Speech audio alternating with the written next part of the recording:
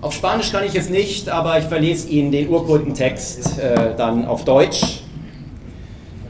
Der Vorstand der Friedrich-August-von-Hayek-Gesellschaft verleiht dem argentinischen Staatspräsidenten Javier Gerardo Milei Buenos Aires für seinen ambitionierten Anlauf zur marktwirtschaftlichen Sanierung der Republik Argentinien, besonders für den Mut und die Konsequenz seines Ansatzes im Sinne der österreichischen Schule, mit dem er der Welt zugleich ein ermutigendes Beispiel für die Kraft freiheitlicher Ideen in einem demokratischen Gemeinwesen gibt, die Friedrich-August-von-Hayek-Medaille 2024.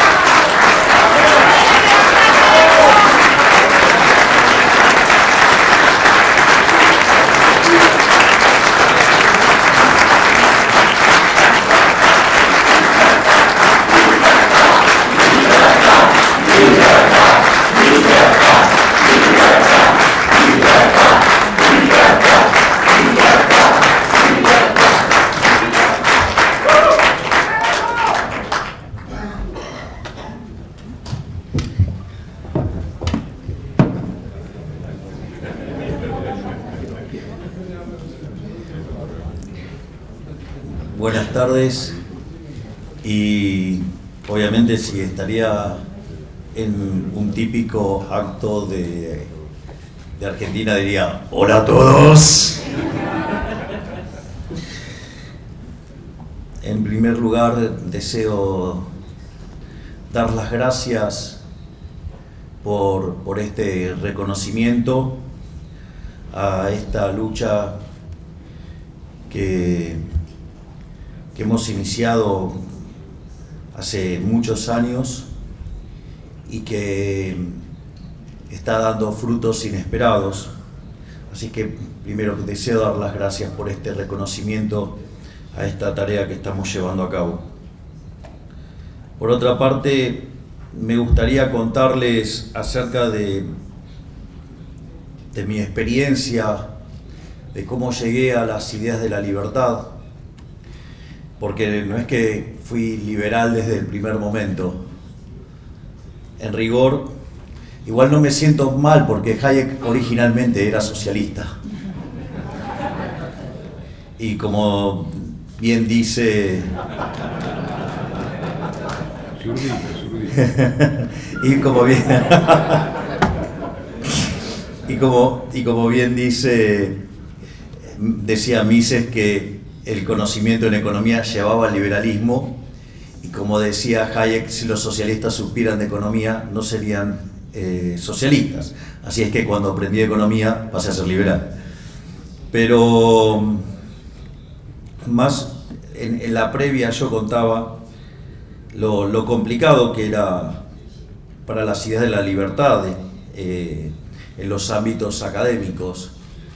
Seguramente si ustedes le preguntaran o le preguntan a algún economista de alguna universidad pública argentina o también de universidad privada quién es Ludwig von Mises, le va a contestar que cree que es el 9 de la selección de fútbol de Holanda.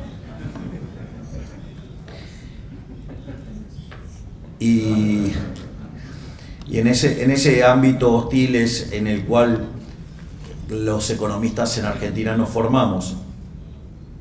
Básicamente,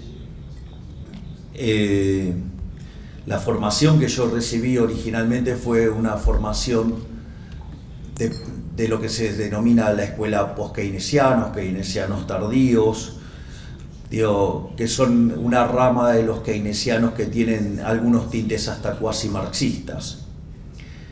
En ese sentido, fui contaminado por un montón de malas ideas, como que es necesaria la intervención del Estado, es necesaria la regulación, los empresarios son villanos y la inflación es multicausal y es culpa de cualquier cosa menos de la emisión monetaria. Y en ese contexto en el que fui formado, es más, cuando tomé mi primer curso de crecimiento económico, básicamente el profesor poco nos enseñó de crecimiento económico y nos enseñó de muchos autores de desarrollo, que poco tiene que ver con lo que hoy uno entiende como crecimiento económico, pero me quedaron algunas marcas de algunos profesores aislados, o de leer libros y estudiar hasta las citas, o irme, por ejemplo, a la biblioteca del Banco Central, que en aquel momento era la biblioteca de economía más grande de la Argentina, y me iba y me encerraba solo a leer cosas alternativas a las que me enseñaban en la universidad, y ahí fui conociendo a otros autores. Sin embargo, digamos, tuve esa formación, y mi primer maestría la hice, digamos, en economía keynesiana, y ahí fui conociendo las distintas vertientes del keynesianismo. Entonces ya no solo había estudiado los keynesianos, digo, los post-keynesianos, estos keynesianos con algunos tintes marxistas, sino que ahí también pasé a estudiar lo que se denomina los keynesianos modelo Forté, y también a estudiar ya unos keynesianos un poco mejorados, como son el caso de los keynesianos neoclásicos, que es básicamente el tipo de keynesianismo que uno hoy conoce regularmente. Y con ese herramental salí a trabajar, a buscar trabajo y a tratar de ganarme la vida trabajando como economista, y la verdad es que era bastante frustrante, era una concatenación de frustraciones permanentes todo lo que me pasaba, porque si bien las cosas que decían no entonaban con lo que decían el resto de los profesionales en Argentina, yo me daba cuenta que era un errador serial, era un pifiador serial, era una máquina de cometer errores, y que en realidad teníamos toda una serie de artilugios para esconder todos esos errores, y que siempre, digamos, se les cargaba las tintas sobre, por ejemplo, se cargaba mucho las tintas sobre las expectativas, o sea, pero digamos, las expectativas no pueden ser más que el propio modelo. O sea, hay una reflexión de Hayek sobre eso, casi mofándose de la forma, digamos, en la cual las distintas ramas neoclásicas se van justificando. Al mismo tiempo, empecé a dar clases de microeconomía, y eso la verdad que fue una verdadera bendición, porque ahí me empecé a formar, no tanto en el formato de la macroeconomía convencional, sino empecé a trabajar fuertemente con los microfundamentos. Y cuando ustedes analizan la estructura de un curso de microeconomía, les abre al menos una ventana para que empiecen por lo menos a olfatear las ideas de la libertad. Y como dar clases de microeconomía me divertía muchísimo, además me gustaba mucho dar, aparte yo me ocupaba activamente para que el curso finalizara con equilibrio general, que es el mismo campo de aplicación de la macro, pero con microfundamentos. Estas cosas hoy parecen redundantes, hace 30 años atrás no era así, el debate era distinto.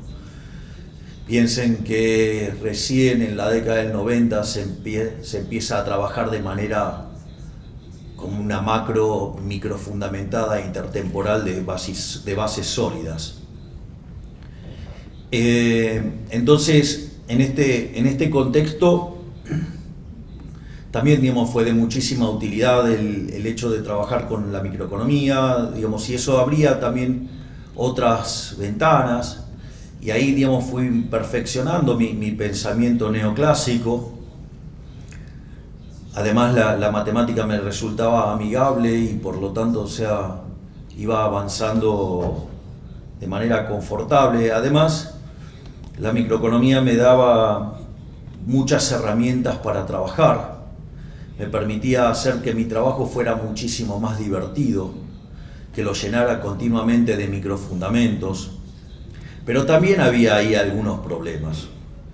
Es decir, básicamente uno cuando en la parte 1 en general en un curso de micro, en un libro de micro tiene lo que es toda la teoría del consumidor, digamos, para derivar la teoría de la demanda, después viene toda la teoría de la firma para derivar la oferta, después pasa a las estructuras de mercado, va el caso de la competencia perfecta, que digamos Hayek tiene un excelente punto sobre la crítica a la competencia perfecta.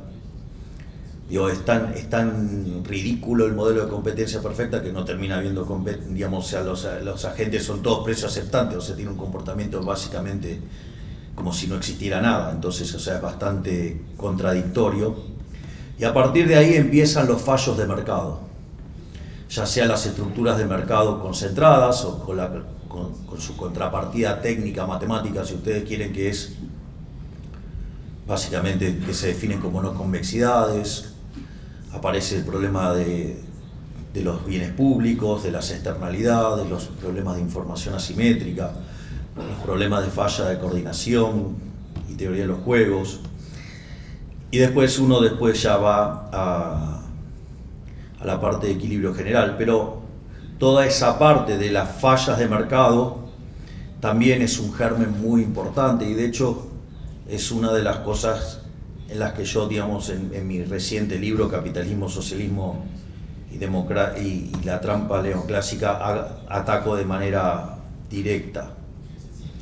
Pero más allá de eso, entonces, frente a la frustración que implicaba el trabajo, que solamente podía estar haciendo cosas de microeconomía, y entonces decidí hacer una segunda maestría, una maestría ya no tan basada sobre una escuela de pensamiento, sino una maestría mucho más ecléctica, y ahí fui conociendo distintas versiones para el enfoque.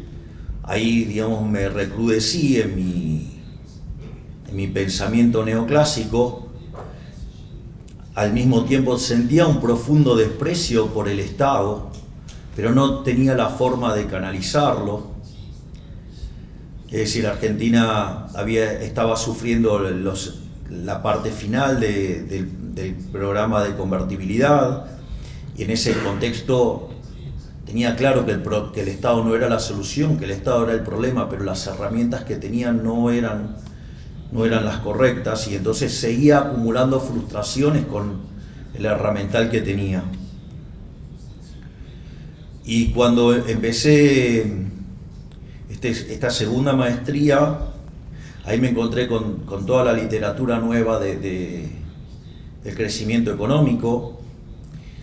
Ahí me encontré de vuelta con algunas de mis errores de juventud, porque una de las cosas que me pasó cuando miraba solo los libros de crecimiento económico, en muchos de los libros de crecimiento económico había una cita maravillosa de Robert Lucas Jr., que en paz descanse,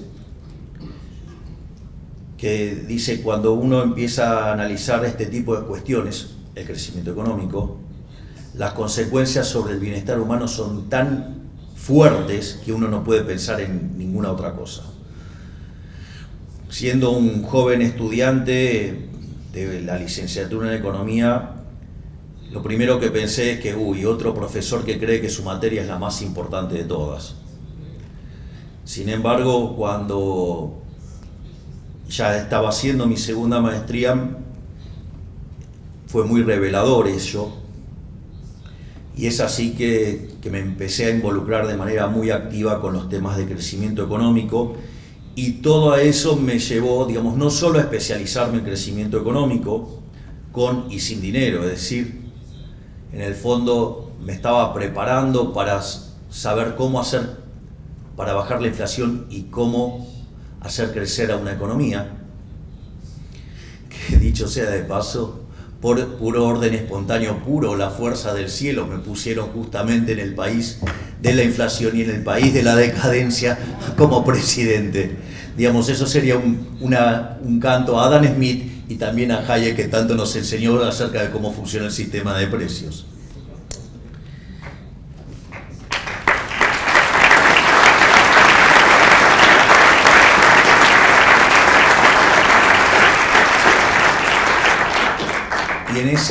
Y en esa lógica,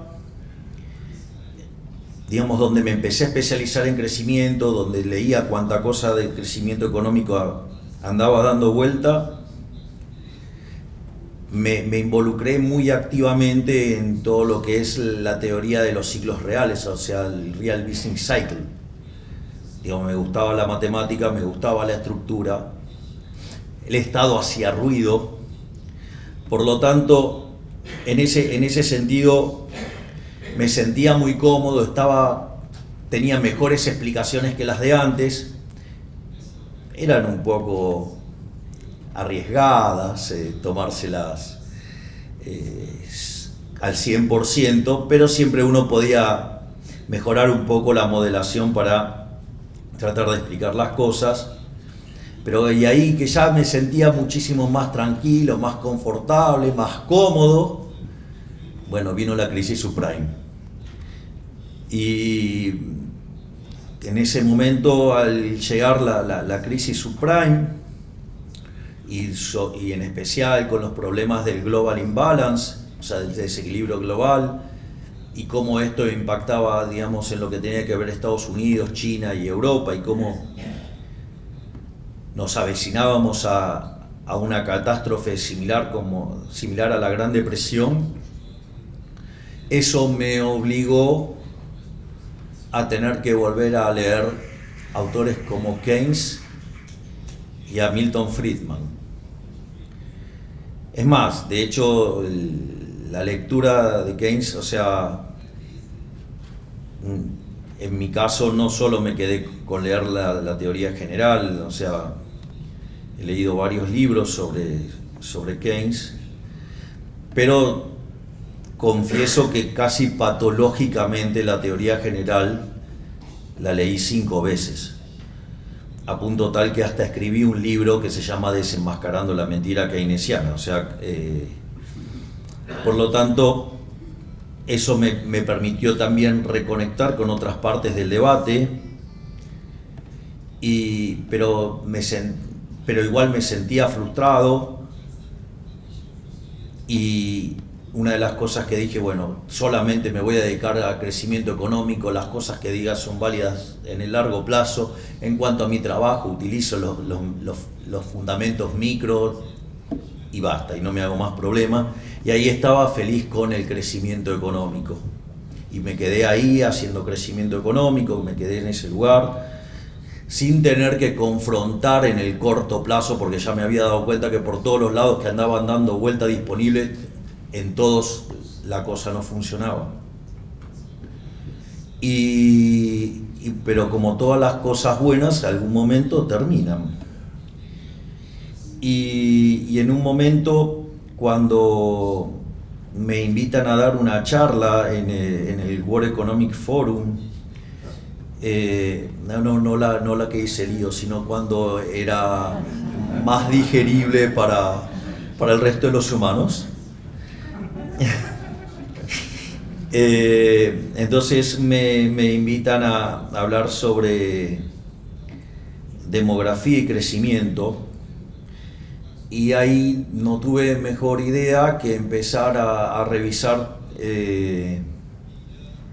el trabajo de Angus Madison, y me encontré sus trabajos sobre economías milenarias, y ahí me encontré con sus estimaciones de población y del PBI per cápita a lo largo de 2000 años, es decir, desde el año 0 de la era cristiana hasta el año 2000. Y una de las cosas que me rompió los ojos era lo que en la teoría del crecimiento se llama el palo de hockey. cuando ustedes miran la serie del PBI per cápita desde el año 0 hasta el año 2000, ustedes van a ver que el PBI per cápita prácticamente está constante entre el año 0 y el año 1800. En rigor solamente sube 40% en el siglo XVI, es decir, justo después del descubrimiento de América. Pero si ustedes toman eso, en esa serie, el PBI per cápita crecía a una tasa del 0,02%. Es decir, que ustedes para duplicar el PBI per cápita necesitaban 3.500 años.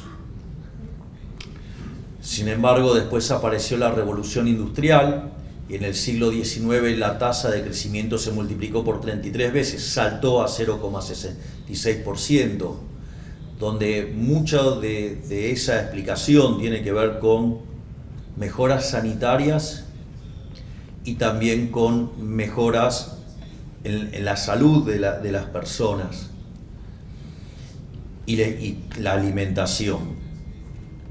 Y cuando ustedes van al siglo XX se produce una nueva aceleración de crecimiento. En la primera mitad del siglo XX el crecimiento se acelera al 1,1%. En la segunda parte del siglo XX se acelera al 2,1%, y es más, si ustedes corrigieran por la subestimación de las cuentas nacionales, el crecimiento económico podría estar en torno al 3 o 3,5% per cápita. Es decir, que en los últimos 200 años de esa serie hicimos muchísimo más que lo que habíamos hecho en los primeros 1800 de esa serie, donde ya, como les había dicho, mientras que en la primera parte el crecimiento fue 40%, en la segunda parte que estamos mencionando el PBI per cápita se multiplicó por prácticamente 10 veces, va para ser exactos 8 veces. Y al mismo tiempo 9 veces, perdón. Y al mismo tiempo la población se multiplicó por 8 veces. Es decir, que el PBI en los últimos 200 años de esa serie se había multiplicado por 72 veces. Más allá de que uno lo cuente como una historia de progreso y demás, eso para la teoría económica es un problema enorme. Cuando ustedes abordan el instrumental neoclásico, ustedes tienen que se asume la existencia de rendimientos constantes a escala o rendimientos marginales decrecientes. Es decir, que en la medida que ustedes agregan una unidad de factor, el producto crece, pero crece menos que proporcionalmente. Y ese problema, digamos, cuando ustedes miraban acá, la población se multiplicó por 8 veces y la producción por 9. Entonces claramente eso no tenía sentido. Ahora, la contraparte teórica de esto es que la existencia de rendimientos crecientes implica estructuras concentradas de mercado. Y las estructuras concentradas de mercado, el caso más extremo sería el del monopolio, pero cualquier situación de estructuras de mercados concentradas implican, desde el punto de vista de la eficiencia paretiana, algo que es malo. Entonces nos encontrábamos con una serie que nos decía, si uno miraba los microfundamentos, que eso era malo para el bienestar. La pregunta era cómo algo que recibió a la población del mundo con un 95% de pobreza extrema y la había llevado en ese momento a niveles en torno al 10%, ¿cómo podía ser que la teoría económica dijera que eso era malo? Esa situación era verdaderamente muy desafiante. La verdad es que eso era un shock muy fuerte sobre lo que yo estaba pensando. Es decir, algo que la teoría económica decía que estaba malo, digamos, sacaba gente de la pobreza de manera fabulosa. La calidad de vida de los seres humanos nunca en la historia de la humanidad fue como la que tenemos ahora. Y frente a esa situación tremenda, una frustración intelectual enorme, empecé a buscar respuestas. Y afortunadamente un ex alumno de economía matemática que había trabajado muy bien y yo lo había llevado a trabajar a donde yo tenía un empleo formal, ese exalumno mío tenía la costumbre de leer autores austríacos. Y frente al dilema que yo tenía, me facilitó un artículo de Murray Newton Rothbard que se llama Monopolio y Competencia.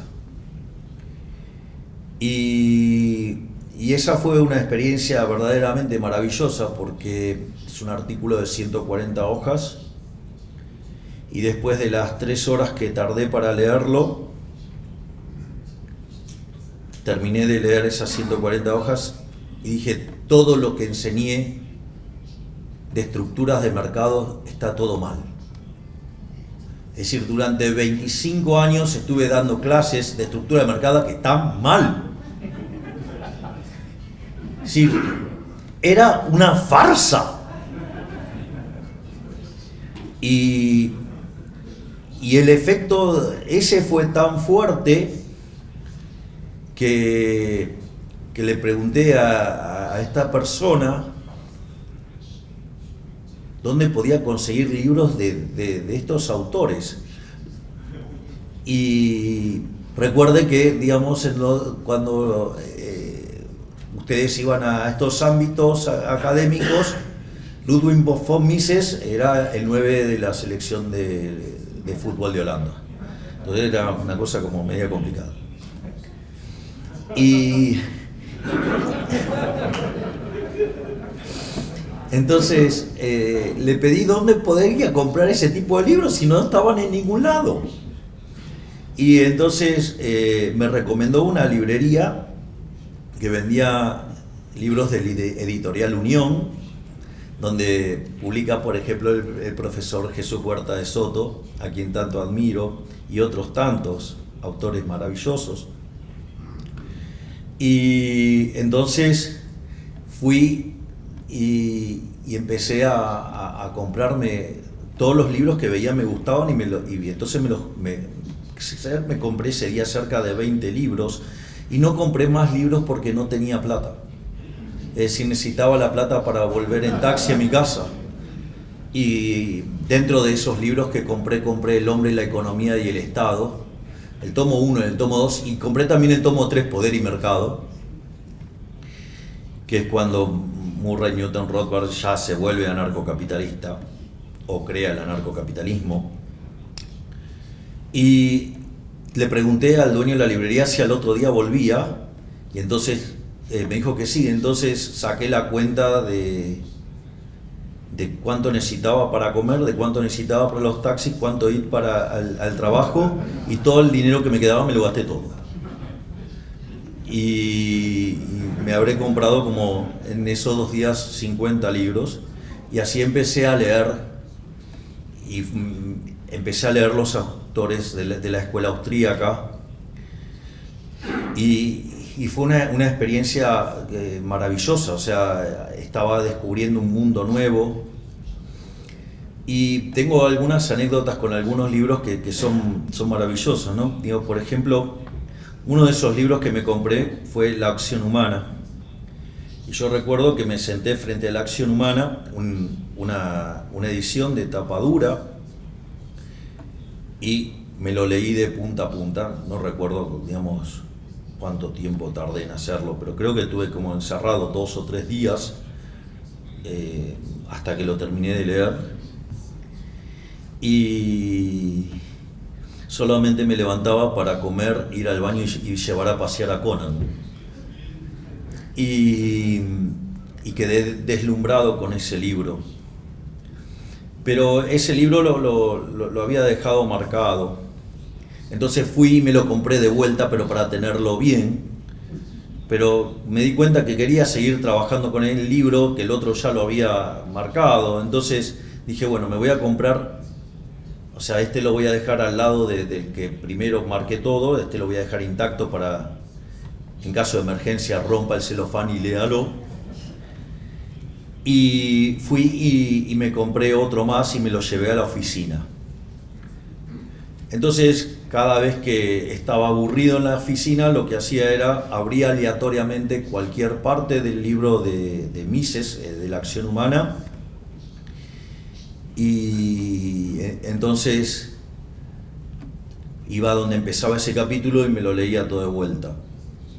Y ese proceso lo fui haciendo a lo largo de varios días, y un día abro y estaba subrayado, vuelvo a abrir y estaba subrayado, vuelvo a abrir y estaba subrayado.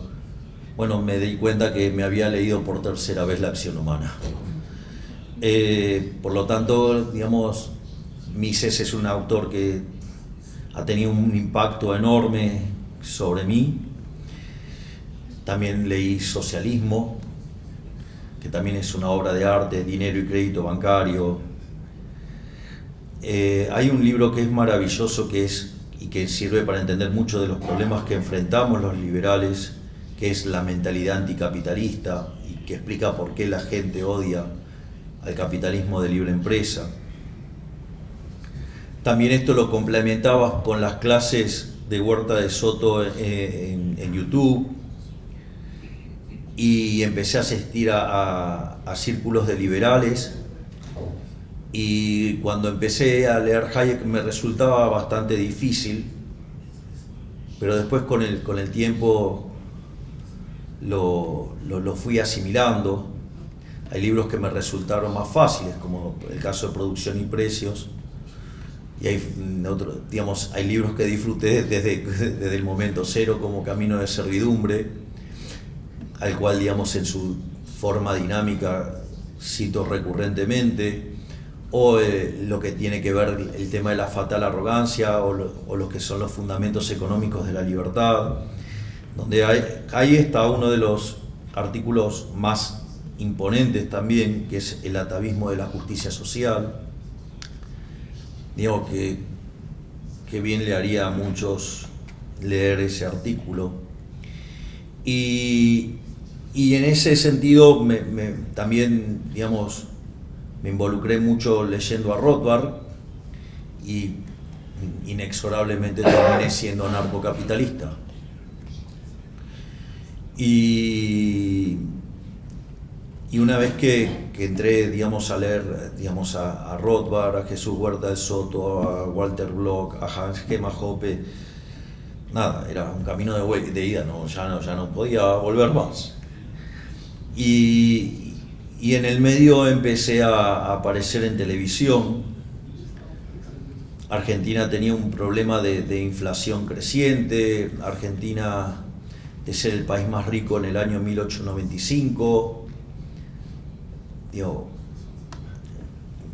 estaba cayendo de manera pronunciada, termina cayendo hasta el lugar 140 en el ranking, la inflación cada vez era más alta. Y yo empiezo a participar en programas de televisión defendiendo las ideas de la libertad. Y la verdad es que al inicio era como la película Gladiator, era yo contra todos, o sea, y me encontraba contra 15 personas que todas defendían el Estado, el socialismo y todas esas cosas, inexorable. Y además los kirchneristas eran bastante violentos para debatir. Ellos, digamos, como muchas de la izquierda, básicamente lo que hacen es ponerle 4 o 5 de los de ellos, y cuando ustedes están tratando de hablar y de hilar un razonamiento, empiezan a hablar encima de uno. Entonces uno se ve forzado a tener que levantar el tono para poder seguir el razonamiento, y entonces después me acusaban de estar gritando en los paneles. Lo más interesante es que muchos de los que me acusaban eran los liberales de Copetín, que habían hecho del liberalismo una vergüenza, y que, digamos, las reuniones no podían llenar un ascensor. Digo, como el chiquitito de acá. Digo, no, hay un ascensorero. No, como de acá. Y bueno, y empecé a dar esas batallas titánicas en la televisión, y eso me permitió ir ganando popularidad. Y en un momento, cuando llegó la pandemia, ahí es como que la sociedad empezó a hacer un clic, porque al estar encerrados hubo una revalorización de las ideas de la libertad. Mire, les voy a contar una anécdota sobre lo que era ser liberal cuando yo empecé a discutir estas cosas en televisión. Un día yo estaba dando clases y un alumno viene súper ofuscado porque le había puesto un 0. Pero estaba todo mal lo que había hecho. No podía ni siquiera ponerle un 1, era regalarle nota. Entonces el muchacho, de manera muy violenta, viene a gritarme, y su insulto es: usted es liberal. Me insultaba diciendo: usted es liberal. Entonces, frente a esa situación, le digo: dale, animate y repetímelo. Usted me dice: liberal. Y yo le dije: gracias, muchas gracias.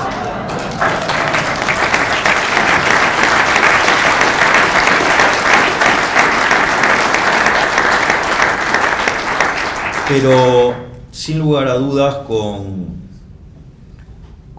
la llegada de la pandemia, el COVID y las cuarentenas cavernícolas que se impulsaban desde la Organización Mundial de la Salud y que Argentina, digamos, adhería fuertemente, hubo toda una reivindicación de las ideas de la libertad.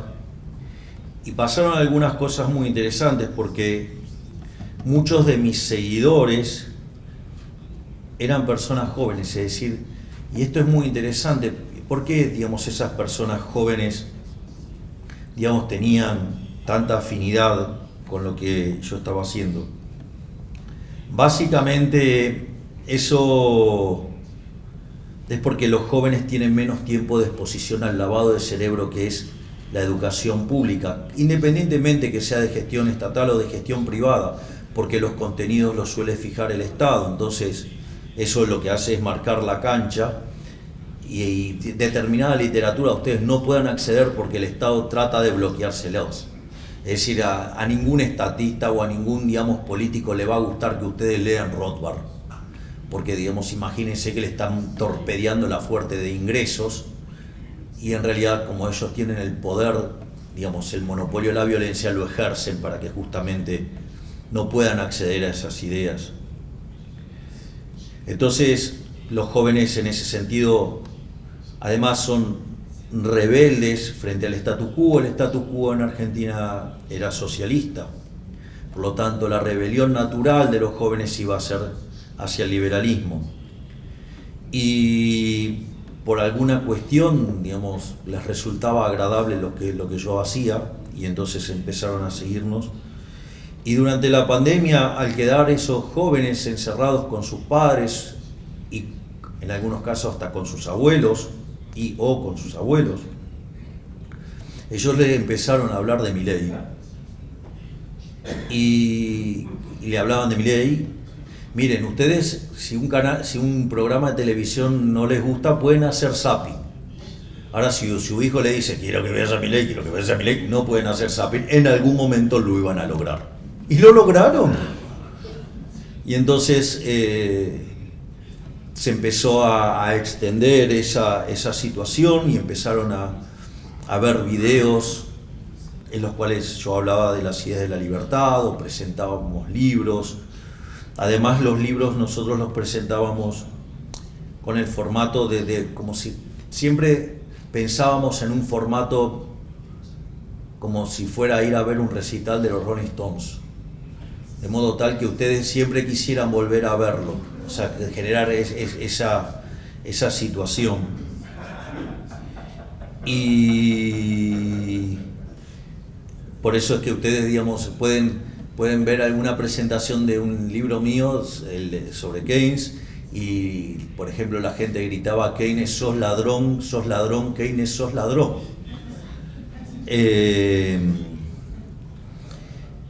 Y cuando uno iba avanzando en esto de la pandemia, y con la llegada del gobierno de Alberto Títere Fernández,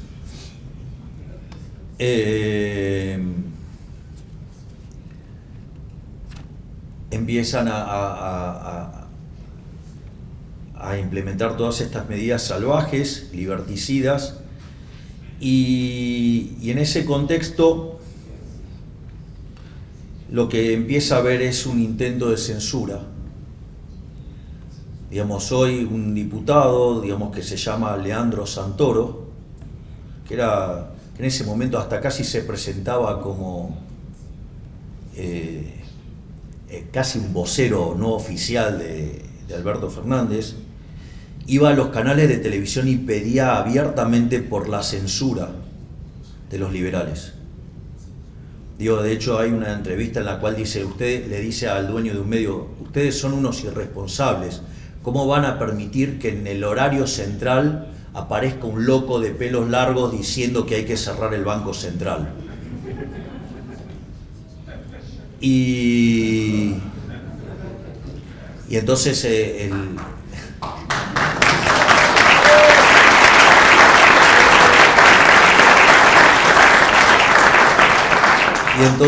el conductor le dice: bueno, decime quién es. Y es tan cobarde Leandro Santoro que le dice: no, te lo digo fuera del aire. Y lo mismo pasó en otro canal también de corte muy kirchnerista, la misma situación. Y ahí directamente ya estaban tan cebados en lo que estaban haciendo, que directamente decía que los libertarios éramos un problema, que había que prohibirnos, que había que sacarnos del aire, que no se nos podía dar lugar, que éramos peligrosos.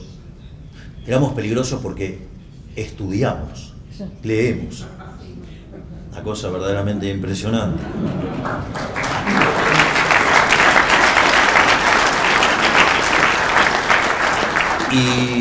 Y frente al avance de la censura, digamos, a nosotros eso nos planteaba un problema. Siempre hablo en primera persona del plural porque, digamos, todo esto sin mi hermana, el jefe, no lo podría haber hecho. Y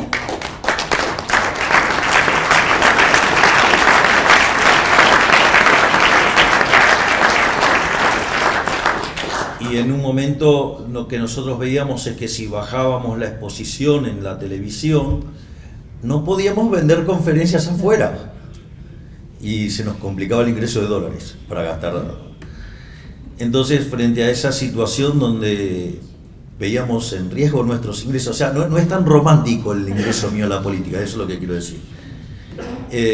Nos dimos cuenta que la única forma de cambiar las cosas era meterse y disputar desde adentro. Miren, si ustedes van a ver un partido de fútbol de Argentina, en Argentina es muy lindo, supongamos la selección argentina, y ustedes van a ver las banderas, los cánticos, la forma que la gente se expresa.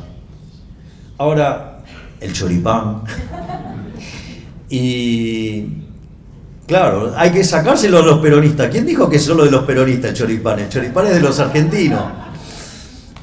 Y en ese sentido, el desafío es: yo puedo poner el balón en el medio de la cancha y por más que la gente grite, cante y haga cosas hermosas, la pelota no se mueve. La pelota no se mueve. Tiene que entrar alguien y patear, porque si no ellos patean y siguen haciendo goles, no les importa que del otro lado no haya nadie. Y es así que nos decidimos meter en política. Y una de las cosas que nos pasó es que vino una persona y nos dijo: bueno, decime si tenés algún esqueleto en el placar. Y con mi hermana nos miramos y dijimos: no. Entonces me dice: no me importa lo que me digas, te voy a investigar. Y entonces después de 2 meses esa persona vuelve y me dice: te tengo una noticia buena y una mala. Bueno, como soy un perfeccionista, le dije: primero decime la buena si trabajo sobre la mala. Entonces me dice, la buena es que no te encontramos nada. Dije, pero eso es buenísimo. No, eso también es malo, porque entonces te lo van a inventar. Y como no sabes lo que te van a inventar, es un verdadero problema, porque ni siquiera sabemos, porque si tenés un muerto en el placar, vemos cuándo lo sacamos. O sea, ahora no tenés muerto en el placar, te lo van a inventar, no sabés qué te van a inventar, va a estar complicado. Y vaya que me inventaron un montón de muertos en el placar. Debo tener un cementerio dando vuelta a mi alrededor. Y me acuerdo que cuando empezamos ese proceso, primero nos dijeron que no íbamos a poder formar partido, y formamos partido. Después nos dijeron que no íbamos a poder pasar las PASO, que es un mínimo de 2%, y las pasamos. Y nos habían dicho que no podíamos sacar más que el 5% de los votos, que ni de casualidad iba a poder llegar a ser diputado, que íbamos a perder contra el voto en blanco, que íbamos a perder contra la izquierda. Y la verdad es que estaba pasando algo interesante.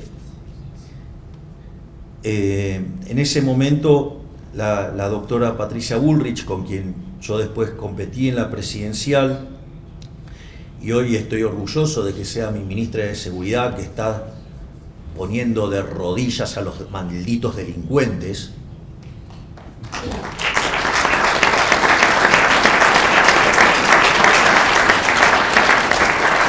Mientras que todos me subestimaban, ella dijo algo muy interesante.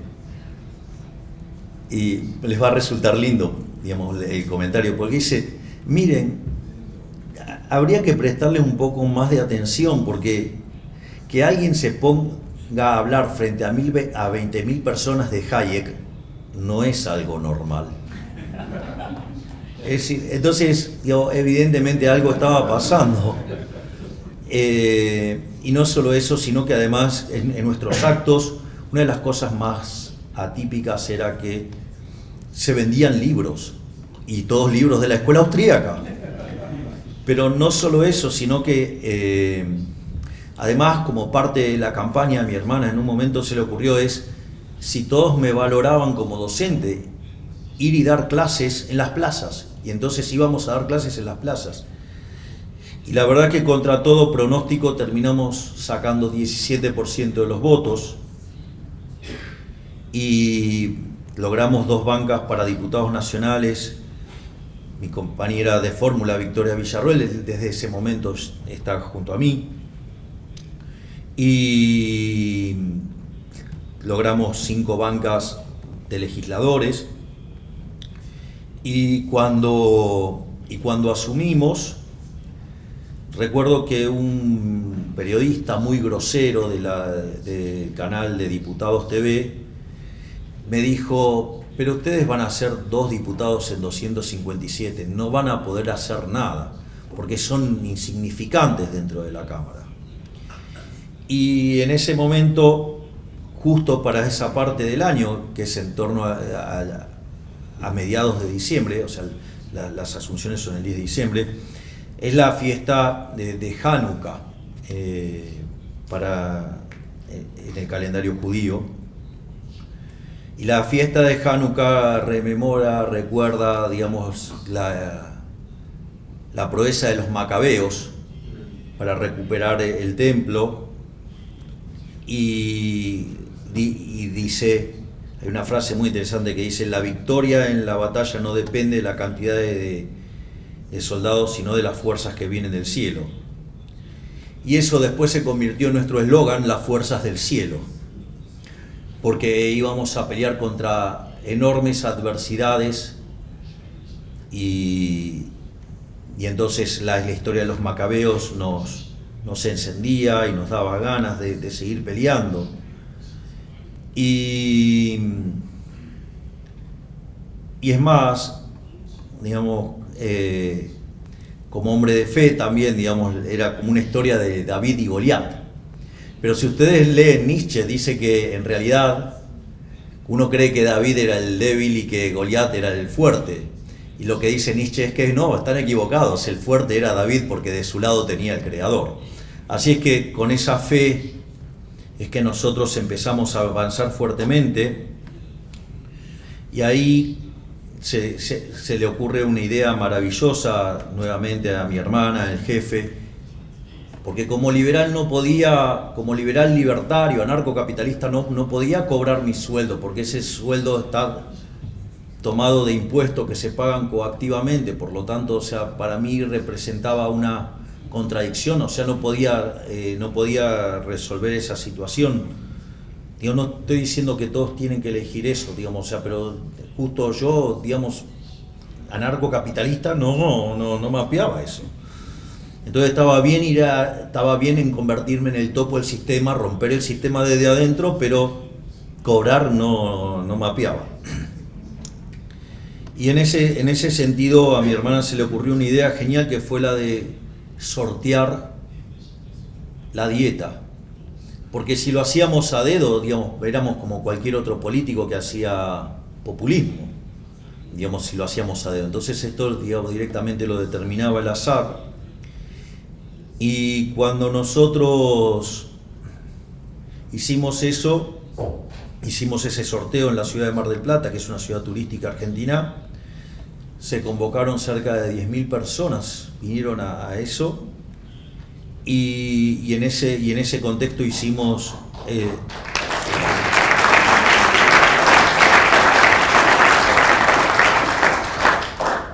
el sorteo de la dieta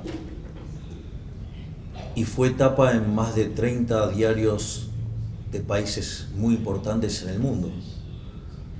Y entonces ahí dijimos, acá hay algo. O sea, descubrimos que había una oportunidad de ir por algo más grande y nos involucramos en la carrera electoral. Digo, creo que ya es historia conocida y llegamos al balotaje, ganamos en segunda vuelta con una amplia diferencia y nos encontramos con una economía básicamente destruida. Es decir, pero nosotros nunca lloramos o lamentamos de lo que heredamos, porque también hay que decir esto, las condiciones bajo las cuales un liberal libertario de las características que yo tengo llegué a ser presidente, era obvio que no iba a ser el jardín del Edén. Y en ese sentido, cuando llegamos, nos encontramos con la inflación mayorista corriendo un ritmo anual del 17.000%, que hoy, digamos, la inflación mayorista, digamos, viene bajando al 50%. Sigue siendo un número espantosamente alto, pero desde 17.000 a 50 hay un mérito enorme.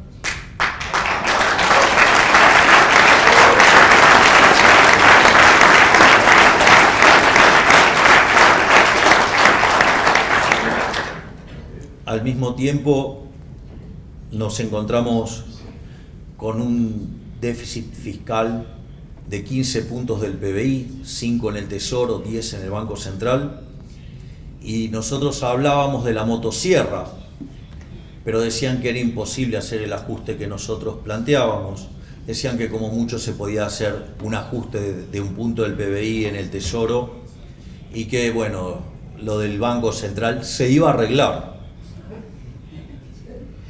Yo quisiera saber cómo se iba a arreglar si el gobierno anterior además nos había dejado 4 bases monetarias venciendo a un día al momento de asumir, o con 50.000 millones de dólares de deuda contra importadores, 15.000 millones de dólares de deuda contra importadores, contra dividendos, 90.000 millones de dólares expresados en pesos de vencimiento de deuda, 25.000 millones de dólares de vencimiento de deuda externa cuando, digamos, se nos había caído el acuerdo con el Fondo Monetario Internacional, y nosotros decidimos emprender un ajuste, y hoy les digo que a 6 meses de haber asumido hemos hecho el ajuste fiscal más grande de la historia argentina.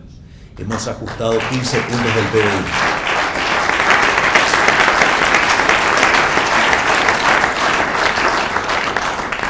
Y no solo que estamos doblegando la inflación, hoy la inflación mensual viene viajando a un ritmo aproximadamente del 3,5%, pero nosotros tenemos un sistema de devaluaciones el tipo de cambio del 2%, con lo cual la verdadera inflación en Argentina viene corriendo en torno al 1,5%.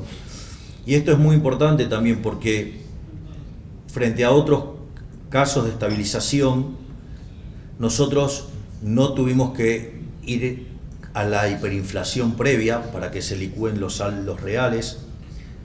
Nosotros no expropiamos, es decir, no hubo una suerte de plan Bonex donde se robó a los depositantes y se violentó el derecho a propiedad. Nosotros no hicimos controles de precios, ni directos ni inducidos, y tampoco fijamos el tipo de cambio. Es decir, lo estamos logrando en un contexto de plena libertad y de recomposición de precios relativos.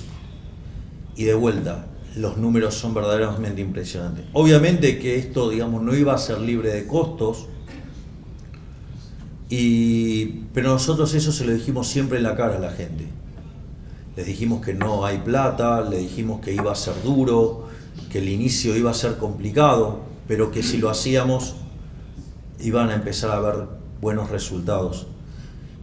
Y a diferencia de lo que nosotros creíamos, la verdad es que la respuesta está siendo mucho más rápida de lo que imaginábamos. Si bien el primer trimestre fue muy dura la caída, la forma en la cual diseñamos el programa hizo que fuera menos de la mitad de lo que fue la caída del peor momento del 2002, que fue del 16%. Y lo que se empieza a ver, los primeros indicadores que tienen que ver con el mes de abril y mayo, es que empieza a haber recuperación. Es decir, los datos contra el año anterior son negativos, pero cuando uno mira el mes contra mes desestacionalizado, empieza a haber crecimiento, empieza a haber signos de recuperación. De hecho, los índices de difusión, que miden la cantidad de sectores que están empujando positivamente, ya han pasado hace 2 meses el 50% y ya van 2 meses seguidos donde el indicador líder, que es el que anticipa lo que va a pasar con la actividad económica, está recuperándose. Por lo tanto, no solo hemos dado la batalla cultural, sino que ahora la estamos llevando a cabo en los hechos, y el motivo por el cual los socialistas están tan violentos es porque está funcionando y se les está cayendo la mentira.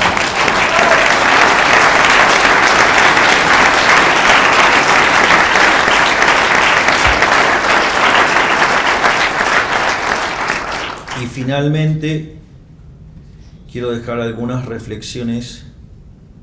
Una es que defiendan las ideas con pasión y crean en las ideas porque funcionan. Nosotros no solo es que la política no nos acompañó en estos primeros meses de gestión, porque no nos votó ninguna ley, no nos sacó ninguna ley. Fue una máquina de impedir todo el tiempo. Es decir, no es que no solo no ayudaron, sino que además, desde el primer momento intentaron hacer un golpe de Estado. Y a pesar de todas las trabas, todos los intentos de desestabilización, todos los ataques que hemos recibido, estamos saliendo, estamos siendo exitosos en controlar la inflación y está la actividad recuperándose. Es decir, las ideas son tan fuertes, que aún toda la casta política, la peor parte de la política argentina, toda en contra y tratando de impedir, que se ha llevado distintos gobiernos a lo largo de la historia, les estamos ganando gracias a las ideas de la libertad.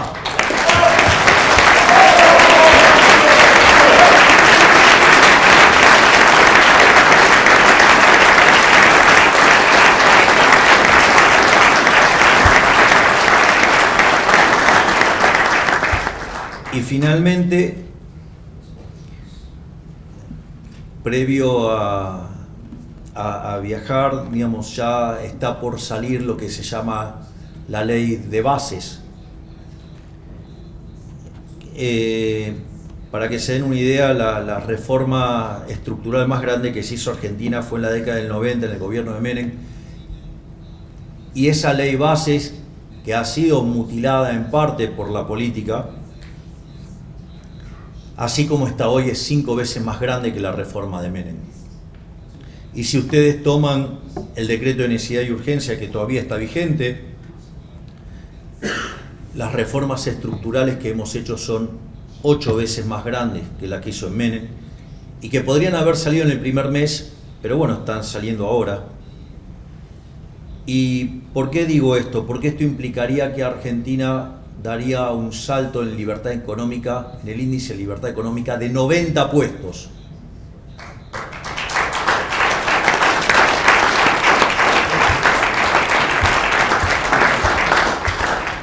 Es decir, que Argentina pasaría a tener niveles de libertad económica muy parecidos a los que tiene, por ejemplo, Alemania o Francia.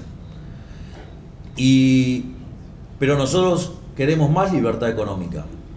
Entonces, un benchmark es, por ejemplo, Irlanda. Irlanda, el país con mayor libertad económica del mundo, a pesar de que ahora está teniendo retrocesos.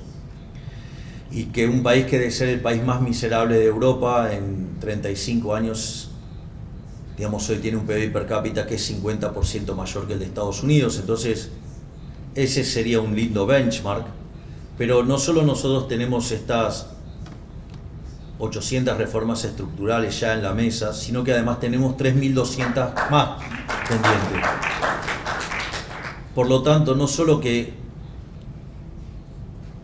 queremos aspirar a la libertad económica de Irlanda,